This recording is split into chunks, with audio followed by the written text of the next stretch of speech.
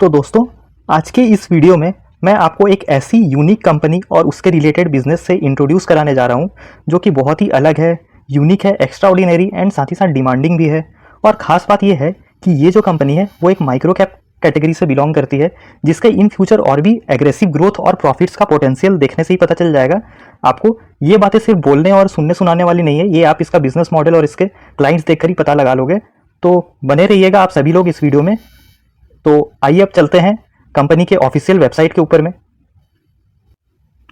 तो उससे पहले मैं आपको ये बताना चाहता हूँ कि ये जो माइक्रो कैप कंपनीज होती हैं इनमें अप्स एंड डाउन्स बहुत ही ज़्यादा होता है। अगर ये क्रैश करते हैं तो ये 60-70% भी आराम से क्रैश कर जाते हैं, तो काफ़ी ज़्यादा रिस्की होते हैं ये सारी बिजनेसेस। लेकिन मेरा काम है आपको अच्छे बिजनेसेस से इंट्रोड्यूस कराना, तो बाद बाकी जो आपका जो डिसीजन होगा, फाइनल डिसीजन वो आपका ही होगा।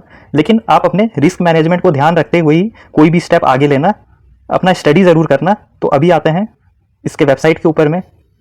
तो आ गए हैं हम लोग सभी कंपनी के इस वेबसाइट के ऊपर में। तो इनके प्रोडक्ट्स के बारे में हम सबसे पहले एक रिव्यू कर लेंगे। देखिए दोस्तों, मैं आपको कंपनी के वेबसाइट पे इसीलिए लाता हूं ताकि कुछ लोग इन्फॉर्मेशन पढ़ने से समझ नहीं पाते हैं, लेकिन वो जो वीडियो देखेंगे, है ना, और इसे जब डिटेल में जब कंपनी के वेबसाइट में समझेंगे तो विजुअलाइजेशन से काफ़ी लोग काफ़ी चीज़ों को पकड़ पाते हैं, काफ़ी चीज़ों को अपने माइंड पे अंडरस्टैंड कर पाते हैं। तो इसीलिए मैं आपको, और ऐसी भी छोटी कंपनीज जो होती है उन्हें थोड़ा डिटेल्स पे स्टडी करना ज़्यादा अच्छा रहता है, क्योंकि उनके प्रोडक्ट्स के बारे में हमें पता चलता है, बिजनेस मॉडल कैसा है उसके बारे में अच्छी खासी जानकारी आ जाती है जो कि पब्लिकली अवेलेबल रहती है।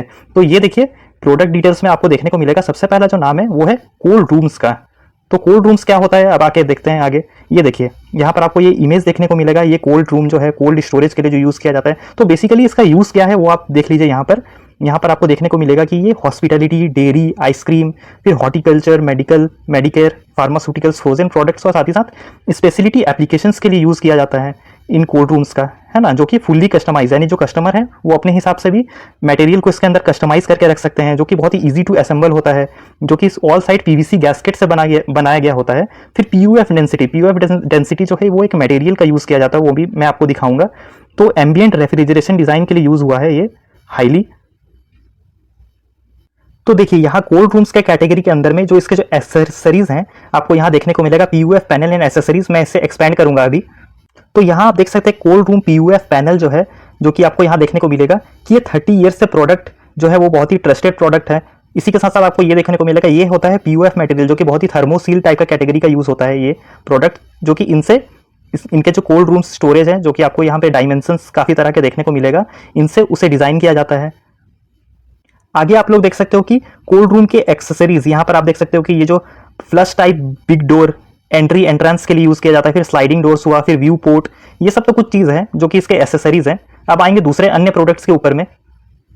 तो अभी आपको नेक्स्ट सेगमेंट जो देखने को मिलेगा वो है कॉमर्शियल रेफ्रिजरेशन का, जिसके अंडर में आते हैं यहाँ पर आपको देखने को मिलेगा डेयरी प्रोसेसिंग प्लांट सॉल्यूशन और साथ ही साथ कर्ड इंक्यूबेशन चैम्बर। तो हम लोग सबको डेयरी प्रोसेसिंग प्लांट सॉल्यूशन के बारे में देखेंगे। देखिए, ये जो डेयरी का जो प्लांट सॉल्यूशन है यहाँ पर आप देख सकते हो, ये किस एप्लीकेशन में यूज़ होता है। वो कर्ड, मिल्क या फिर जो भी अन्य सारे जो मिल्क रिलेटेड प्रोडक्ट्स है, आइसक्रीम्स आप देख सकते हो, बटर, घी, ये सब सारे जो हैं इसे रखा जाता है, जो कि मल्टीपर्पज़ डेयरी प्लांट में से मैन्युफैक्चर होते हैं। यहाँ पर आप देख सकते हो, ये इसलिए यहाँ पर इसका यूज़ है यहाँ पे क्योंकि ये हाईली ड्यूरेबल है, फिर ऑप्टिमल है, एक्सीलेंट फिनिश, अफोर्डेबल प्राइस पे अवेलेबल हो जाते हैं। तो ये जो इसका मटेरियल है वो ये सारे मिल्क रिलेटेड मटेरियल नहीं, यहाँ पर आप देखो डेयरी प्रोसेसिंग प्लांट सॉल्यूशन, यहाँ पे आपको इमेज में ये सब चीज़ देखने को मिलेगा। ये देखिए आप लोग, इस टाइप की जो मशीनरीज होती है वो यहाँ पर ये मैन्युफैक्चर करती है ये कंपनी। यहाँ पर आपको देखने को मिलेगा मिनी कैपेसिटी डेयरी प्लांट, जो कि आप इसका देख सकते हैं 200 से 500 लीटर्स पर आवर के रेंज पे ये प्रोडक्शन करती है। और भी आप देख सकते हैं अन्य सारे रेंजेस में अवेलेबल है, 1000 to 3000 जो कि मीडियम रेंज कैपेसिटी में आती है। फिर हायर रेंजेस में भी आप देख सकते हो 5000 to 20,000 लीटर्स पर आवर की कैपेसिटी से ये मैन्युफैक्चर करती है। तो ये देखिए मिल्क सिलो वर्टिकल, ये भी सारे इसके अन्य प्रोडक्ट्स हमें देखने को मिल रहे हैं। अभी आप देखो अन्य सेगमेंट में जो कर्ड इंक्यूबेशन चैम्बर जो होता है, जो कि उसकी क्वालिटी को मेंटेन करने के लिए, यहाँ पर आप देख सकते हो इंडियन कल्चर में जो गुजराती, मराठी, नेपाली, पंजाबी या फिर कई अन्य हमारे जो रीजन्स के जो लोग हैं वो कई सारे हैवी क्वांटिटी में कर्ड का यूज़ करते हैं। तो फिर यहाँ नहीं, जबकि मिल्क प्रोडक्ट्स तो एक्सपोर्ट भी किया जाता है इंडिया से। तो यहाँ पर आप देख सकते हो कि कर्ड इंक्यूबेशन चैम्बर्स की जो कैपेसिटी है, अन्य कैपेसिटी की ये लोग मशीनरीज बनाते हैं। यहाँ पर आप देख सकते हो इन्हें फ्रेशनेस और इनकी क्वालिटी को मेंटेन रखने के लिए, है ना। यहाँ पर आप देख सकते हो कर्ड की पीएच वैल्यू, जो कि क्वालिटी भी मेंटेन किया जाता है, सही टाइप के टेम्परेचर और फिर पास्चराइजेशन टेक्निक का भी यूज़ किया जाता है। तो ऐसी टाइप की मशीनरीज ये कंपनी बनाती है। उसके बाद अब आगे आएंगे, यहाँ पर हमें देखने को मिलेगा कोल्ड स्टोरेज हो गया, कॉमर्शियल रेफ्रिजरेशन हो गया। अब देखते हैं कि ये इंडस्ट्रियल रेफ्रिजरेशन क्या है, इसे भी जल्दी से कवर करते हैं। तो इसके इस सेगमेंट के अंदर में चिलिंग प्लांट का हमें देखने को मिलता है, जो कि यूज़ कहाँ होता है, इंडस्ट्रियल लीडिंग रेफ्रिजरेशन जो है इसका यूज़ किया जाता है। अभी आप आगे देखो कि इसका जो सिस्टम हमें देखने को मिला है वो कुछ इस तरह से है। यहाँ पर आप आगे फॉरवर्ड करके और भी ज़्यादा इमेजेस को देख सकते हो, है ना। ये सारे जो हैं वो यहाँ के इसके चिलिंग प्लांट्स हमें देखने को मिलते हैं, जो कि इसके एडवांटेजेस क्या है, ये कॉम्पैक्ट डिज़ाइन में अवेलेबल होते हैं, है ना, जो कि कंसिस्टेंट फिल्म क्वालिटी और लार्जर साइज के भी होते हैं, जो कि टेम्परेचर कूलिंग प्रोवाइड करते हैं। फिर इनके जो एनर्जी कंजम्पशन है वो भी बहुत ज़्यादा कम होता है। तो ये भी इनका एक बहुत ही एडवांस प्रोडक्ट हमें देखने को मिल रहा है। आप देख सकते हो फुल्ली ऑटोमेटिक इसके फीचर्स हैं। इसी के साथ साथ सेल ट्यूब इवापोरेटर्स का भी इसमें यूज़ किया जाता है, जो कि काफ़ी अच्छे तरीके से हीट को एक्सचेंज करते हैं और टेम्परेचर से कॉन्ट्राडिक्ट करते हैं। अब इसके बाद आइस चिलिंग प्लांट के बाद आइस बिल्डिंग टैंक का भी इसका सेगमेंट हमें देखने को मिल रहा है। इसे देखते हैं ये क्या है। तो यहाँ देखिए ये है आइस बिल्डिंग टैंक, आपको अपने स्क्रीन पर देखने को मिल रहा होगा। यहाँ पर देखिए ये जो आइस बिल्डिंग टैंक है इसका काम क्या है, आप देख सकते हो कि इनके फीचर्स जो हैं यहाँ पर आपको देखने को मिलेगा। यहाँ में कोई भी सिविल और फैब्रिकेशन के डिज़ाइन का यूज़ किया नहीं जाता है। ये बहुत ही एफिशिएंटली लिफ्ट किए जा सकते हैं, कहीं भी पोर्टेबल है, मोबाइल है, शिफ्ट किए जा सकते हैं। बहुत ही एनर्जी एफिशिएंट होते हैं, बहुत ही बेटर इंसुलेशन इसमें प्रोवाइड किया जाता है। आप आगे देखो कि यहाँ आपको देखने को मिलेगा कि require less connected power load. क्यों पता है, क्योंकि जो आइस वाटर जो है, जो कि डेयरी प्रोडक्ट्स में और भी कई अन्य मिल्क प्रोडक्ट्स में जो यूज़ किए जाते हैं, उन्हें एक सर्टेन लेवल ऑफ टेम्परेचर चाहिए, जो कि बहुत ही लो लेवल के टेम्परेचर होते हैं। तो जब ये आइस वाटर जो बन जाते हैं ना, तो इसके लिए फिर जो एक्चुअल पावर जो होता है ना उसका कोई यूज़ नहीं होता है। यहाँ पर आप देख सकते हो no cooling tower water supply, क्योंकि ये अपने ही एयर कूल्ड टाइप होते हैं, है ना। अब आगे देखो आप कूलिंग एनर्जी स्टोरेज जो भी है वो 900 पर डे के हिसाब से है, यहाँ पर आपको देखने को मिलेगा। अभी आप देखिए एमोनिया एज ए रेफ्रिजरेंट का भी यूज़ किया जाता है ना। एमोनिया एज ए रेफ्रिजरेंट के बारे में मैं आपको थोड़ा सा अभी एक्सप्लेन करूँगा। यहाँ पर आपको देख सकते हो कि ये भी पोर्टेबल है, कोई सिविल फैब्रिकेशन का यूज़ नहीं है, काफ़ी ज़्यादा पोर्टेबल प्रोडक्ट्स हैं। और भी इसी के साथ साथ कई अन्य लेवल में अन्य स्टोरेज कैपेसिटीज़ के हिसाब से ये अपना मतलब कि जो है ये ऑपरेट कर सकती है ये सारी मशीन जो है। और power supply not required because ice formation is completed, जो कि मैंने आपको पहले भी बताया था इसके बारे में। यहाँ पर आप देखिए अब जो नेक्स्ट जो इसका बिजनेस सेगमेंट आपको देखने को मिल रहा है वो है ट्रांसपोर्ट रेफ्रिजरेशन। मैं अभी तक भूला नहीं हूँ, मैं आपको एमोनिया रेफ्रिजरेशन के बारे में बताने वाला हूँ, पर इससे पहले ट्रांसपोर्ट रेफ्रिजरेशन को कवर करेंगे। तो इसके अंदर हमें देखने को मिलेगा you tactic mobile container, dry insulated container, फिर एमएस कॉर्यूगेटेड यानी कि माइल्ड स्टील कॉर्यूगेटेड रेफ्रिजरेटेड कंटेनर्स जो हैं ये तीनों आते हैं। तो ये तीनों क्या है ये अब आगे देखते हैं हम लोग। तो यहाँ आपको देखने को मिलेगा कि ये है यू टेक्टिक मोबाइल कंटेनर। यहाँ पर आप देख सकते हो जो इनके जो मशीनरी जो है, जो सेगमेंट है वो यहाँ में इनके कूलिंग जो रूम्स है वो ऐसे गाड़ियों पे लगाया जाता है लॉजिस्टिक और सामान को एक जगह से दूसरे जगह पर भेजने के लिए, जो कि आप फीचर्स देख सकते हो, जो कि ये बहुत ही मिनिमम मेंटेनेंस में चलते हैं। इसी के साथ साथ no load on engine vehicle के इंजन पे इस पर का कोई लोड ही नहीं होता है, क्योंकि ये खुद ही इतने पावर एफिशिएंट होते हैं। ठीक है, नो एमिशंस यानी कि no harmful emissions of gases. इसी के साथ साथ ये काफी ज्यादा कॉस्ट एफिशिएंट भी होते हैं और रिलायबल भी होते हैं, यूजर फ्रेंडली होते हैं। और इनका जो चिलिंग टाइम है वो आप देख सकते हो 4 to 5 आवर, और जो फ्रोजन टाइम है वो 12 to 14 आवर, यानी कि आराम से कस्टमर्स तक ये अपना प्रोडक्ट को भेज पाते हैं, डिलीवर कर पाते हैं। यू टेक्टिक मोबाइल कंटेनर के बाद अब आते हैं insulated container. Dry insulated container में आपको देखने को मिलेगा ये थोड़े से बड़े कैपेसिटी के हमें देखने को मिल रहा है। ये सारे जो व्हीकल्स हैं आप देख सकते हो थोड़े से बड़े स्टोरेज कैपेसिटी के हमें अवेलेबल होते हुए देखने को मिलते हैं, जो कि डिलीवर कर सकते हैं बेकरी प्रोडक्ट्स को, बेवरेजेस को, स्वीट्स को, हर्ब्स एंड स्पाइसेस को। फिर होटल्स एंड कैटरर्स को भी यूज़ किए जाते हैं उनके भी प्रोडक्ट्स को फ्रेश रखने के लिए। फिर डेयरी प्रोडक्ट्स के बारे में तो हमने पहले ही देख लिया है। फिर आप देख सकते हैं कि फास्ट फूड आइटम्स जो कि आप देख सकते हो पिज्ज़ा वगैरह, वो भी हमें यहाँ पर देखने को मिलेगा। तो इसके कई अन्य फीचर्स भी यहाँ पर देख सकते हैं जो कि आपको देखने को मिलेगा। तो काफ़ी अच्छा बिजनेस मॉडल देखने को मिल रहा है। अब अगर और भी हाइयर रेंजेस में अगर ट्रांसपोर्टेशन करना है तो आप देख सकते हो माइल्ड स्टील कॉर्यूगेटेड रेफ्रिजरेटेड कंटेनर्स पे आ जाते हैं, जो कि हाईली सूटेबल है हाइयर कॉमर्शियल व्हीकल्स पे, जो कि बहुत ही हेवी कॉमर्शियल व्हीकल्स जो हैं इनके हाइयर कैपेसिटी में। आप देख सकते हो यहाँ पे गाड़ी का साइज भी बड़ा हो चुका है, तो इसमें ये लोग डिलीवर करते हैं। यहाँ पर आपको देखने को मिलेगा कि ये जो है एक्सपोर्ट में मैक्सिमम इम्पैक्ट लाते हैं, और साथ ही साथ ये इतने टफ होते हैं, इतने रोबस्ट होते हैं कि ये काफ़ी ज़्यादा लोड भी ले सकते हैं और आराम से कस्टमर तक ये डिलीवर कर सकते हैं प्रोडक्ट्स को। तो देखिए ये सभी तो हो गया, यहाँ पर आपको देखने को मिलेगा ट्रांसपोर्ट रेफ्रिजरेशन भी हो गया। अब जो आखिरी सेगमेंट जो है वो एमोनिया रेफ्रिजरेशन का। इसका मतलब आप समझते हो, देखो मैं आपको समझाता हूँ कि एमोनिया रेफ्रिजरेशन क्या होता है। तो यहाँ आएंगे, आप देख सकते हो कि ये जो अमोनिया है इसका जो हमें केमिकल फॉर्मूला देखने को मिलता है वो है NH3। इसका मतलब क्या होता है, जो कि ये कलरलेस गैस होता है ना, जहाँ आप देख सकते हो जो कि इसका केमिकल फॉर्मूला है NH3, जो कि कुछ नहीं है सिर्फ और सिर्फ हाइड्रोजन और नाइट्रोजन से ये बनता है ना। एक मॉलिक्यूल जो होता है वो नाइट्रोजन का, और 3 जो होता है वो 3 हाइड्रोजन का, यानी कि आप ऐसा लिख सकते हो इसे। यहाँ पर आप देख सकते हो कि जैसे यहाँ पर लिखा गया है NH3 है ना, तो कोई भी इसमें CFCs का यूज नहीं होता है ना, क्लोरोफ्लोरोकार्बन जो होते हैं उसका यूज नहीं होता है, सिर्फ और सिर्फ हाइड्रोजन और नाइट्रोजन का यूज होता है इसमें, जो कि काफी ज्यादा एनवायरमेंट फ्रेंडली भी होते हैं। अब आप खुद ही देख सकते हो कि यहाँ पर इसके जो फीचर्स है वो एनर्जी एफिशिएंट होते हैं, जो कि एनवायरमेंट के लिए काफी ज्यादा सेफ होते हैं, क्योंकि इसमें कोई क्लोरोफ्लोरोकार्बन्स, कोई ज्यादा कार्बन्स वगैरह यूज नहीं किया जाता है। फिर ये स्मॉलर पाइप्स से भी इसका कूलिंग किया जा सकता है। फिर काफी ज्यादा एफिशिएंट प्राइस पे ये जो है हीट रिलीज करते हैं, और काफी ज्यादा एफिशिएंट प्राइस पे अवेलेबल होते हैं, ज्यादा इसमें इंस्टॉलेशन का खर्चा भी नहीं होता है। तो ये मैंने दिखाया आपको इसका बेनिफिट। तो आएंगे अब इसके क्लाइंट्स के बारे में पढ़ लेंगे कि इस कंपनी के क्लाइंट्स कौन कौन है। आप चाहो तो डिटेल्स में एमोनिया रेफ्रिजरेशन के जो कुछ प्रोजेक्ट्स है उसे भी आप यहाँ पर देख सकते हो।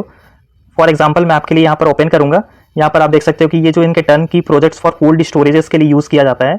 आप यहाँ पर देख सकते हो डिफरेंट कैपेसिटी पे ये इंस्टॉल किया जाता है। इनका डिफरेंट काम होता है, अलग अलग लोड कैपेसिटी के अकॉर्डिंग ये सारे काम करते हैं। तो ये भी ये कंपनी प्रोवाइड करती है। यहाँ पर आपको देखने को मिलेगा we provides our services to designing, engineering, manufacturing and assembling, fabrication, ये सारे चीज़ों का भी इनमें यूज़ किया जाता है, जो कि आप देख सकते हो कि ये आफ्टर सेल्स सर्विसेज पे ये जो सर्विसेज है वो डिलीवर करते हैं, जो कि कोल्ड स्टोरेजेस बेस्ड होते हैं। फिर ब्लास्ट फ्रीजर्स, हार्डनिंग चैम्बर्स, और भी आप डिटेल्स पे यहाँ पर देख सकते हो। पहले ही मैंने आपको दिखा चुका कि हॉस्पिटलिटी, डेयरी, आइसक्रीम, हॉर्टिकल्चर, इन सारे फ्रोजन प्रोडक्ट्स और स्पेशलिटी एप्लीकेशंस में यूज होते हैं। तो बिना लेट किए अब आएंगे इनके क्लाइंट्स के बारे में जान लेंगे। आपके तो अभी होश उड़ने वाले हैं इनके क्लाइंट्स देख करके। तो क्लाइंट्स तो खत्म होने का नाम ही नहीं लेने वाले हैं। अभी आप आगे देखो, यहाँ पर आप देख सकते हो, यहाँ पर फार्मा में आप देखो कि यहाँ पर आपको देखने को मिलेगा, यहाँ पर आप देख सकते हो HLL लाइफ केयर, फिर राजस्थान मेडिकल सर्विसेज कॉर्पोरेशन, फिर भी और कई गवर्नमेंट से रिलेटेड हेल्थ मिशनरीज जो चलते हैं वो आपको देखने को मिलेगा। फिर कुछ इंटरनेशनल और नेशनल लेवल के जो क्लाइंट्स हैं आपको वो देखने को मिलेगा। इंटस हुआ, जाइडस हुआ, फिर मार्क, फिर एमिनिल फार्मास्यूटिकल्स, फिर एल्केम लैब्स को आप जानते होंगे जो कि हमारे शेयर मार्केट में लिस्टेड है। फिर Kanchan pharma private limited, Selby hospitals, ये भी हमारे शेयर मार्केट पे लिस्टेड है। फिर एलम्बिक फार्मा, फिर गफिक बायोसाइंस, जो कि काफी सारे अच्छी कंपनीज हमें देखने को मिल रहा है, काफी अच्छा टाइप्स हमें देखने को मिल रहा है इनके क्लाइंट्स के साथ। अभी आगे आप देखो, यहाँ पर आपको देखने को मिलेगा कि बेकरी एंड हॉस्पिटलिटी से रिलेटेड जो क्लाइंट्स हमें देखने को मिल रहा है, आप देख सकते हो TGB, फिर संकल्प, फिर बीकानेर वाला, फिर सबवे आपको देखने को मिलेगा।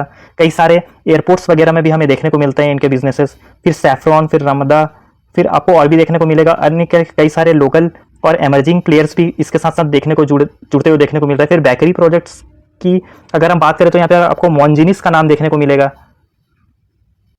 आगे आप देखो, यहाँ पर आपको देखने को मिलेगा कैलोरी, फिर आपको मिठाई एंड मोर, मिस्टर ब्राउन, जैसे कई सारे स्टार्टअप टाइप के भी जो कंपनीज है वो भी इनसे पार्टनरशिप करके रखे हैं। फिर आप देखो कॉर्पोरेट इंस्टीट्यूशंस में आप देख सकते हो कि कृषि उद्योग जो है, जो कि जवाहरलाल नेहरू कृषि विश्वविद्यालय, यहाँ पर आपको देखने को मिलेगा, वो भी इसके क्लाइंट्स है। फिर कोका कोला एक इंटरनेशनल लेवल की कंपनी है। फिर इसरो, जो कि प्रोजेक्ट्स जो होते हैं स्पेस मिशंस के जो प्रोजेक्ट्स होते हैं उनका ये काम, उनके लिए भी ये सारे जो है मशीनरीज प्रोवाइड करती है। यहाँ पर आपको देखने को मिलेगा इंडियन रेलवेज, फिर अरविंद, फिर अपोलो स्पेस मिशंस के लिए भी जो है ना, ये अपोलो हॉस्पिटल्स वाले अपोलो नहीं है। अब आप आगे देखो केरन एनर्जी ऑफ इंडिया, फिर आदित्य बिरला केमिकल्स के लिए भी तो स्टोरेज का जरूरत होता है ना, उन्हें भी एक सर्टेन अमाउंट ऑफ टेम्परेचर का जरूरत होता है ना। अभी आप देखो ल्यूब्रिकेशंस वाले जो हैं ल्यूबी, इसके साथ साथ इंडियन आयंस, फिर कॉलर भी एक AC से रिलेटेड, जो रेफ्रिजरेशन से रिलेटेड काम काज करते हैं। फिर MOL आप देख सकते हो, फिर और भी सारे आप देख सकते हो, स्विगी ग्रोफर्स जैसे हैं। फिर रिटेलिंग सेगमेंट में भी आप देख सकते हो कि रेफ्रिजरेशन का काफ़ी ज़्यादा यूज़ होता है, ACs का यूज़ होता है। आप देख सकते हो स्पेंसर्स, फ्यूचर रिटेल्स, वहाँ में भी तो कई सारे फूड प्रोडक्ट्स और हमें देखने को मिलता है, डेयरी प्रोडक्ट्स उनके सेल्फ्स पे हमें देखने को मिलता है। फिर आप यहाँ पर देख सकते हो हिमालयन फूड पार्क, और भी आप देख सकते हो डेयरी के तो लगभग सभी कस्टमर्स इन्होंने पकड़ कर रखे हैं इंडिया के। यहाँ पर आप देख सकते हो अमूल, वाडीलाल, सुधा, और भी कई सारे आप देख सकते हो यहाँ पर। तो लगभग इसने काफ़ी सारे क्लाइंट्स को पकड़ कर रखा है। यहाँ पर आपको खत्म होने का नाम ही नहीं लेगी। आप यहाँ पर देखते जाओ, स्क्रॉल करते जाओगे तो इतने सारे इसके क्लाइंट्स आपको देखने को मिलेंगे। तो अब आएंगे इसके फंडामेंटल्स के ऊपर में। तो आशा करता हूँ कि मैं ऐसा सोच रहा हूँ कि आपको आज का वीडियो काफ़ी ज़्यादा पसंद आ रहा होगा, आपको मेरा एफर्ट्स काफ़ी ज़्यादा अच्छा लग रहा होगा। तो आज का मैं आपको लाइक्स का टारगेट जो देता हूँ वो 50 लाइक्स का है। आशा करता हूँ कि आप जरूर पूरा कर दोगे। अगर आपको मेरा एफर्ट्स पसंद आ रहा होगा तो प्लीज़ लाइक करना। और साथ ही साथ एक चीज़ मैं और कहना चाहूँगा कि जो ये जो वीडियो का जो डिस्क्रिप्शन है आप देखोगे कि उसमें एक स्पेशल वीडियो का मैंने लिंक दिया हुआ है, जो कि और भी अन्य यूनिक बिजनेसेस को मैंने डिटेल्स में कवर किया। उसमें 4 स्पेशल बिजनेसेस को मैंने कवर किया है, तो आप उसे भी जाकर के देख सकते हो इस वीडियो के बाद। तो आएंगे फंडामेंटल्स के ऊपर में इस कंपनी का। तो आप लोग देखो सबसे पहले कि ये जो कंपनी का नाम है वो नाम है इसका आइस मेक रेफ्रिजरेशन, जो कि 401 के प्राइस पे इस वक्त अवेलेबल है। आपको ये देखने को मिलेगा कि यहाँ पर जो इसका मार्केट कैप है वो मात्र केवल 630 करोड़ का है, जो कि अपने ऑल टाइम हाई के आसपास ही चल रही है। यहाँ पर आपको देखने को मिलेगा 401 में, जो कि इसका ऑल टाइम हाई है 419 का, यानी कि 52 वीक हाई यही है इसका। साथ ही साथ स्टॉक पी जो है वो काफ़ी डिसेंट देखने को मिल रहा है 30 का। अब आएंगे इसका पीएनएल चेक कर लेंगे, तो यहाँ पर आपको देखने को ये मिलेगा कि इसका जो पीएनएल है वो काफ़ी कितनी एग्रेसिव वे में बढ़ते हुए हमें देखने को मिली है। आप देखिए सबसे पहले 2017 में 88 का इसने सेल्स किया, फिर नेक्स्ट ईयर 103 का, फिर 132, 138, फिर कोविड में एक छोटा सा डिप आया। ये कोई बहुत ज़्यादा नहीं है, एक फ्लैट नंबर से हम इसे बोल सकते हैं। अब आप 2022 में देखो सीधा 206 और उसके बाद 312 का। इसी के साथ साथ आप नेट प्रॉफिट देख करके भी आप सरप्राइज रह जाओगे कि 5-7 करोड़ के आसपास चल रही थी। कोविड में एक छोटा सा डिप आया तो 4 करोड़ का सिर्फ और सिर्फ नेट प्रॉफिट हुआ, वो भी टैक्सेशन पे करने के बाद।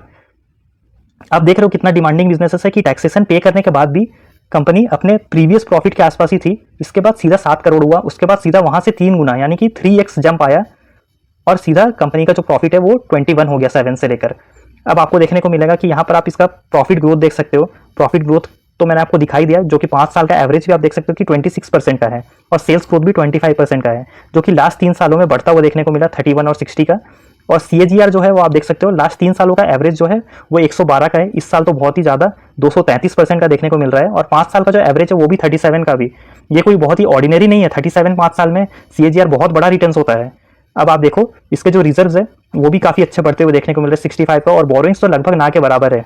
अब आगे देखते हैं इस कंपनी का जो प्रोमोटर्स होल्डिंग है वो कैसा है। तो यहाँ पर प्रोमोटर होल्डिंग अवेलेबल नहीं है, तो आप देख सकते हो ये रही प्रोमोटर होल्डिंग, जो कि 75 के आसपास में ही प्रोमोटर्स अवेलेबल हैं, और बाकी का जो 25% है वो पब्लिक के पास है। और FIIs का एंट्री हो चुका है इसमें, आपको अभी मैं दिखाऊंगा। तो आप देख सकते हो कि ज़्यादा नहीं एक माइन्यूट सा होल्डिंग है FIIs के पास, जो कि मार्च और जून से अनचेंज्ड है ना। तो ये एक माइक्रो कैप कंपनी है, इसीलिए प्रोमोटर्स की जो मतलब कि FIIs की जो होल्डिंग है वो काफ़ी ज़्यादा माइन्यूट सी है, बहुत ही छोटे लेवल पे एंट्री किया है FIIs ने। तो काफ़ी अच्छा बिजनेस मॉडल है। FIIs जो होती है ना वो इतने जल्दी किसी भी ना कंपनी पे अपना होल्डिंग्स नहीं बनाती है, खास करके माइक्रो कैप कंपनी से। तो इसके पीएस कौन कौन से हैं आप देख सकते हो कि वोल्टास, ब्लू स्टार, जो कि ये कंपनी अपने कंपटीशन से आगे रहने के लिए पता है, इन्हें पता है कि ये वोल्टास, ब्लू स्टार जो है ना, और भी कई अन्य सारे जो AC से रिलेटेड काम करने वाले जो है कूलिंग रेफ्रिजरेशन से, उन्हें तो ये पछाड़ नहीं पाएगी। इसीलिए इन्होंने थोड़ा सा अपने प्रोडक्ट्स में इनोवेशन किया, इसीलिए इसके साथ साथ इतने सारे क्लाइंट्स जुड़े हुए हैं। आपको देख के कितने यूनिक कंपनी ये नहीं लगती है। अभी आइए देखते हैं इसका प्राइस परफॉर्मेंस कैसा चल रहा है। तो यहाँ पर देखो आप लोग कि आज का जो परफॉर्मेंस था इसका वो लगभग पॉजिटिव क्लोजिंग में ही हुआ 1% का। अब आगे देखेंगे लास्ट 5 दिनों से भी पॉजिटिव हमें देखने को मिल रहा है। 6 महीनों का देखते हैं 53%, काफी गजब का रिटर्न्स दिया है। 1 साल पर आप देखोगे 243 का, फिर 5 सालों में देखोगे तो 480% का, और अभी मैक्सिमम देखोगे तो इतना ही है। कंपनी को जो लिस्टिंग का जो समय है वो 2020 से ही है। 16 अक्टूबर 2020 में कंपनी जो थी वो मात्र केवल 70 रुपीज के आसपास की थी, तो वहां से लगभग 5 गुना पैसा होते हुए देखने को मिल रहा है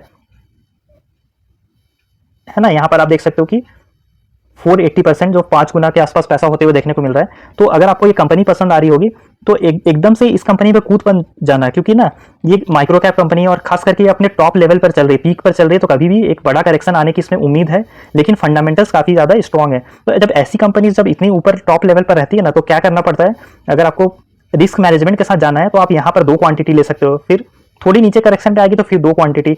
ऐसे टाइप के आप अगर अप्रोच को फॉलो करोगे ना तो कोई भी स्टॉक, कोई भी शेयर आपको फंसा नहीं पाएगा मार्केट में, क्योंकि आप हर करेक्शन में थोड़ा थोड़ा क्वांटिटी एक्यूमुलेट करते जाओगे। तो ये है वॉरेन बफेट का पिरामिड स्ट्रेटेजी। तो आप इसे यूज कर सकते हो ताकि आपको कोई भी टॉप लेवल की कंपनी में अगर आप ज्यादा इन्वेस्टमेंट करोगे तो आपको ज्यादा रिस्क भी नहीं होगा। तो ये मैंने आपको एक छोटा सा नॉलेज पर्पस के लिए ये बातें बताई। ऐसा नहीं है कि आपको बाइंग रिकमेंडेशन दे रहा हूँ, फाइनल जो आपका डिसीजन होगा वो आपका खुद का ही होगा।